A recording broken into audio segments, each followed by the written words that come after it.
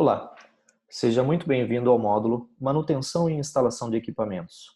Meu nome é Jefferson Aparecido Dias e serei o seu docente nesta videoaula. Hoje vamos dar continuidade às ferramentas para o gerenciamento de manutenção. Então, conforme nós já abordamos outras ferramentas na aula anterior, aqui nesta aula nós abordaremos as ferramentas através do diagrama de Gantt, que é o cronograma do projeto, e o diagrama em rede PERT-CPM. Então, nós temos aí o diagrama de Gantt. Foi desenvolvido em 1917 pelo engenheiro Henry L. Gantt, e esse diagrama funciona para o gerenciamento e controle de projetos, onde nós temos aí um exemplo do diagrama de Gantt, onde nós temos as tarefas de 1 a 5, aqui o tempo do projeto na horizontal, ou seja, pode ser número de dias, número de horas, número de meses, tá? No caso aqui de 0 a 30. E como que funciona?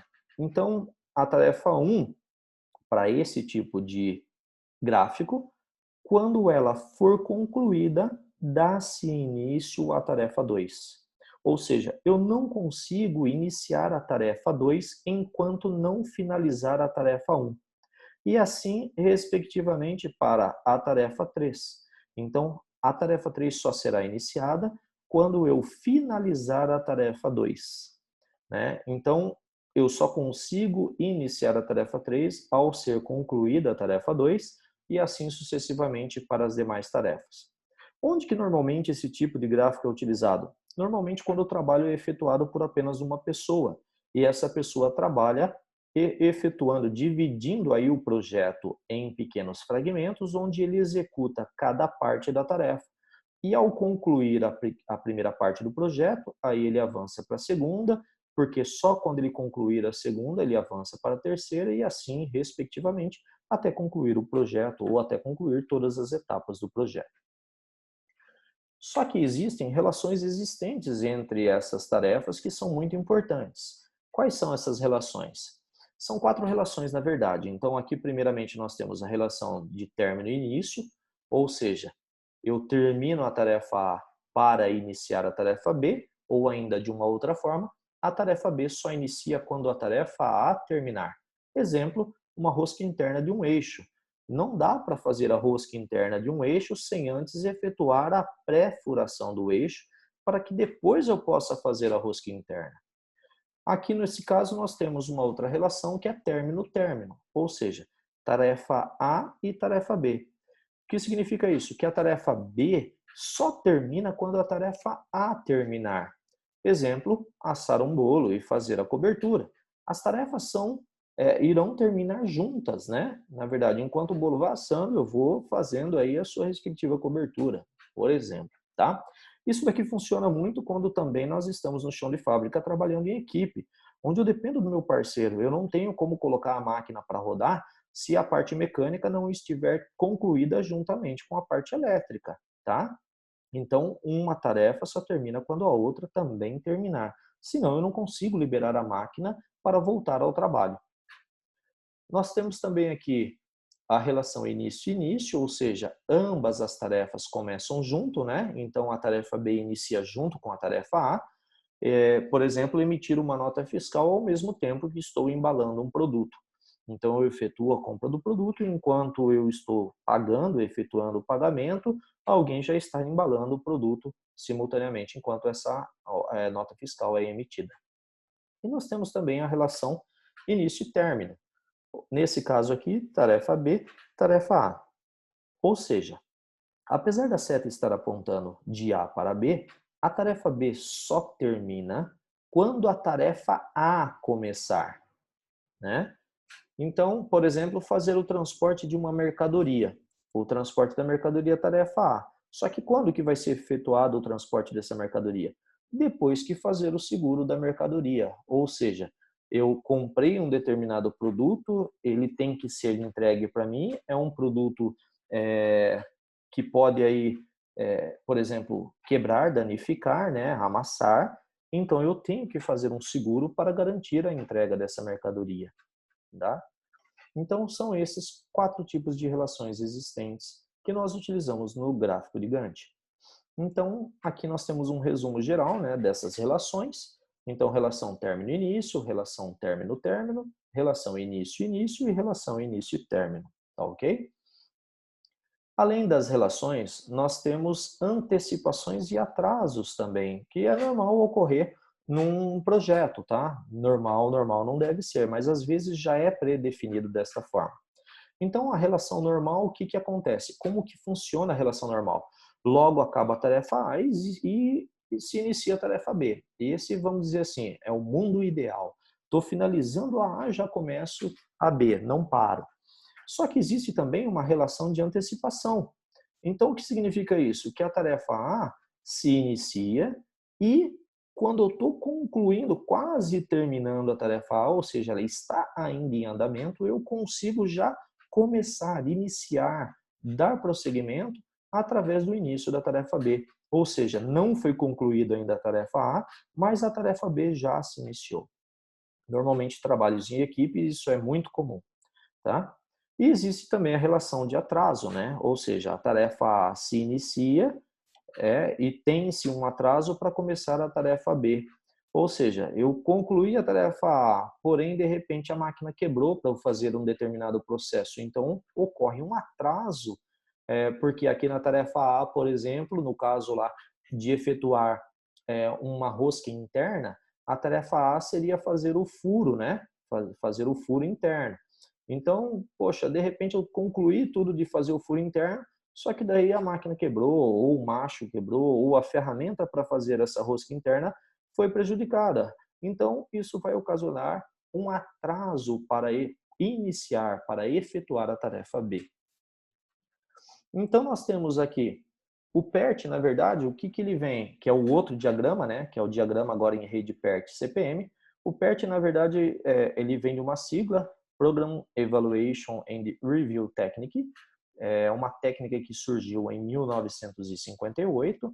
E o CPM é um Critical Path Method, que é uma técnica aí que surgiu em 1957, que causa aí o objetivo, né, é a redução de custos e tempo de produção. Quem que não quer reduzir os custos e ainda reduzir ainda mais o tempo de produção? Qualquer indústria, qualquer empresa, né? Então, PERT é uma técnica probabilística, é uma técnica de probabilidade, ou seja, técnica de review e validação de programa, ou programa de validação e técnica de revisão.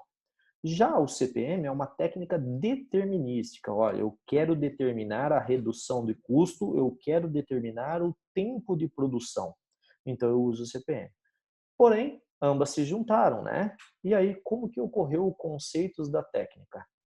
Desenha-se as atividades em círculos, colocando-se as setas para mostrar a dependência entre as atividades. Então, nós temos aqui centralizado, então o círculo, ele é dividido aí, no caso, em dois traços, né, verticais e um traço na horizontal.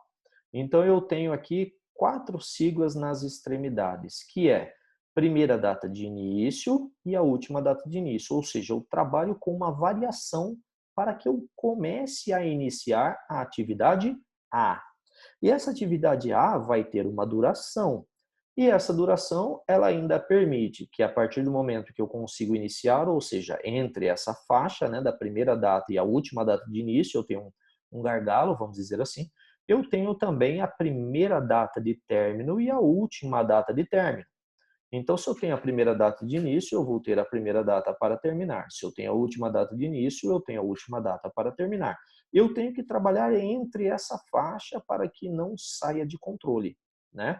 E aí, quando eu termino a atividade A, eu vou para a atividade B, onde vai ter o mesmo sistema, ou seja, qual que foi a primeira data de início, ou ainda se houve atraso, eu tenho que estar iniciando até a última data de início que foi estipulada pelo meu cronograma.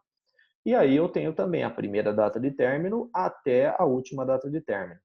Normalmente, como isso é feito de forma determinística, dificilmente eu vou conseguir sair se eu consigo aqui a primeira data de início, é raro eu não conseguir terminar dentro da primeira data de término. Mas se ocorrer algum problema na máquina, eu tenho até a última data de término aqui para concluir. Concluiu dentro desses períodos, significa que está ok, significa que a minha produção está andando, está tudo previsível, e isso é normal ocorrer. Saiu disso, significa que ocorreu algum tipo de problema e eu tenho que resolver para que isso não ocorra mais. Então, nós temos aqui alguns conceitos, né, de dependência e não dependência, só para ter uma ideia.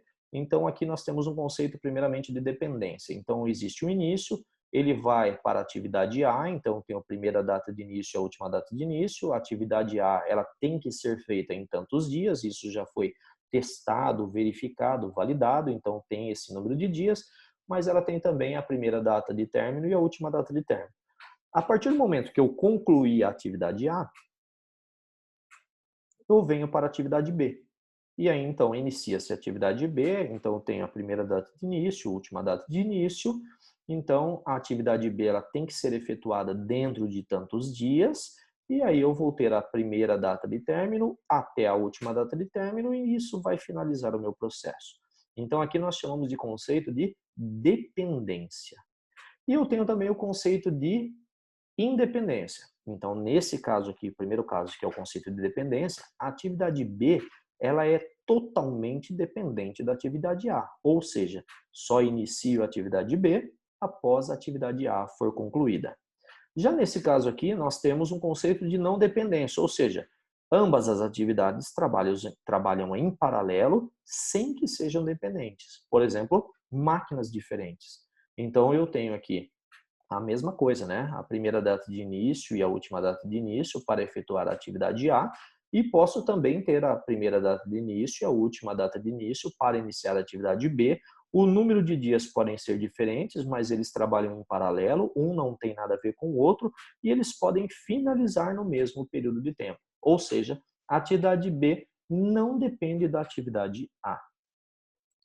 Então, alguns exemplos aí, né? Troca do rolamento do motor. Então, nesse caso, quais são as atividades necessárias para trocar o rolamento do motor? Então, nós temos aqui, primeiro, atividade 1 e 2, que é pegar as ferramentas necessárias. Então, a gente cria uma tabela. Nessa tabela vai ter as colunas descrição de atividades, qual é a atividade, então a gente normalmente utiliza letras em maiúsculo do nosso alfabeto, e o precedente. Só que essas letras a gente então tem aqui, ó, para a letra A, atividade A, pegar a caixa de ferramenta. Letra B, comprar o rolamento, se não tiver lá no almoxarifado, né? E a gente coloca aí os precedentes, ou seja, dependo de alguma tarefa para que possa ser feito isso, e a duração em minutos, tá bom? Então, nesse caso, nós temos uma imagem aí contendo uma caixa aqui contendo o jogo de chaves, né? E aqui mais algumas chaves, algumas ferramentas, por exemplo, como saca-polia, né? Nós temos aqui o martelo ou martelete de borracha, nós temos aqui algumas chaves combinadas e um óleo desengripante, né? E uma chave de catraca. Aqui agora nós temos a atividade 3. O que seria a atividade 3? Tirar a proteção do acoplamento. Então, o acoplamento ela está dentro desse invólucro aqui, ó, dessa proteção amarela, de acordo com a NR12, né? Porque é uma área rotativa, tem que estar protegida e não pode ficar aparente. Se acontecer alguma coisa e estourar, isso daqui se voar, tem que bater nessa proteção aqui, tá? Nessa área protetiva. E tem um aviso aqui, ó, não se aproxime, não remova, tá? Então, agora a terceira atividade seria o quê? Desmontar as proteções. Então, ela é uma atividade C, mas para que eu possa desmontar essa proteção, eu tenho que ter a minha caixa de ferramentas. Então, eu tenho um precedente. E eu demoro um tempo aí para desmontar essa proteção de 30 minutos. Isso pode ser de acordo com o tipo de tarefa, pode ser em minutos, pode ser horas, pode ser dias, pode ser meses, tá bom? E aí a atividade D, né, que é desmontar o acoplamento dos eixos. Isso é um acoplamento, tá bom? Um acoplamento com amortecimento. Aqui é um sistema de borracha, tá? E engrena-se essa parte dentada junto com essa parte de borracha. Quando o motor é ligado, eu tenho um sistema de amortecimento para que o tranco do motor não passe para o tranco desse eixo aqui. Então, vou desmontar o acoplamento. Então, a atividade é a D, só que ela tem como precedente o quê? A atividade C. Por quê? Eu não tenho como desmontar o acoplamento se eu primeiro não retirar as proteções. E eu não tenho como retirar as proteções se primeiro não tiver a caixa de ferramentas, tá bom? E o tempo para que possa ser executado o desmontar acoplamento é de 20 minutos. Atividade E, tirar a proteção frontal do motor. Então, ela depende literalmente, primeiramente, de desmontar o acoplamento. E aí eu tenho um período aí de 10 minutos. Então, aqui já é o eixo do motor, né? O eixo do motor está aqui, tá bom? Nós temos uma imagem semelhante um pouco mais aqui de fundo, tá? De um modelo. Então, mostrando aí. Observe que quando eu faço esse tipo de trabalho, não se esqueça, tem que desenergizar literalmente o motor, ou desliga a chave geral, coloca uma placa de identificação lá, não permita que ninguém acione acidentalmente essa máquina. Quando eu parto para o extremo, o que eu faço? Desconecto literalmente o motor. Então aqui ó, são as pontas que fazem o fechamento elétrico desse motor, ligado aí para alimentar nas tensões de 220 ou 380 volts, né, em corrente alternada, porque esse é um motor trifásico. Como ele contém 6 pontas, eu tenho que fazer um tipo de fechamento que nós chamamos de estrela ou triângulo. No caso, o triângulo é para baixa tensão, ou seja, menor tensão, né? No caso, 220 volts, e 380 seria para o fechamento na alta tensão, no caso deste tipo de motor, tá bom? Que seria 380 volts. E nós temos aí agora a atividade 6, que seria, ou atividade F, né? Sacar o rolamento. Então, nós temos aí tirar um rolamento com saca-polia. Pessoal, aqui não pode ser com cunha, não pode ser na marretada, não, tá? Isso pode até prejudicar o eixo. Então, existe uma ferramenta específica chamada saca-polia ou saca-rolamento. Então, eu encaixo, e aqui tem uma chave, né? Eu encaixo a ponta disso no eixo, aqui existe um sistema roscado, tá bom? E eu encaixo essas garras aqui na parte de trás do rolamento. Conforme eu vou girando no sentido horário aqui, ou seja, eu vou rosqueando, esse sistema automaticamente vai trazendo para trás, fazendo com que o rolamento venha junto. Por isso o nome saca-rolamento. Nós temos esse aqui, mas nós temos um outro modelo aqui no chão, tá? Que é possível visualizar na imagem. Também é um saca-rolamento. Então, quando para rolamentos menores eu tenho um tamanho, para rolamentos maiores eu tenho outro tamanho e assim sucessivamente. Assim como existe para 2 garras, existem também para 3 garras, tá? Com 3 garras. E o tempo para sacar esse rolamento é de 10 minutos, mas para que eu possa sacar, eu preciso primeiramente tirar a proteção frontal do motor. Para tirar a proteção frontal do motor, eu tenho que desmontar o acoplamento. Para desmontar o acoplamento, eu tenho que desmontar as proteções. E para desmontar as proteções, eu tenho que pegar a caixa de ferramentas. Tá ok? E aí, atividade G, trocar o rolamento novo, né? No caso aí, colocar o rolamento. Mas o que eu vou depender? Então, primeiramente, é a minha atividade G, né? Ou atividade 7. Eu dependo literalmente da atividade F, que é tirar primeiramente o rolamento, né? E a atividade B, que é comprar o rolamento, caso não tenha lá no almoxerifado, né? Às vezes é um tipo de rolamento que eu não posso deixar faltar, eu tenho que ter um sobressalente lá, porque de acordo com a minha previsão, de acordo com a manutenção preventiva, aquele rolamento já está reduzindo a vida útil. Então, eu antecipo e efetuo a compra daquele rolamento. Então, o período aí para efetuar a troca de 30 minutos. E aí, qual será o tempo total deste procedimento? Quais serão as minhas atividades críticas nas quais não poderão haver, em hipótese alguma, atrasos, tá? Não podem haver atrasos. Então, essas são 2 perguntas que devem ser feitas, devem ser realizadas e muito bem concluídas, tá? Então, aí nós temos também um exemplo, que é um projeto de montagem de peça, né? De uma peça A. Nesse caso aí, a atividade A, ela tem um tempo de 2 horas, porque é uma montagem da peça, né? E aí nós temos aí as suas respectivas atividades com os seus respectivos tempo em horas.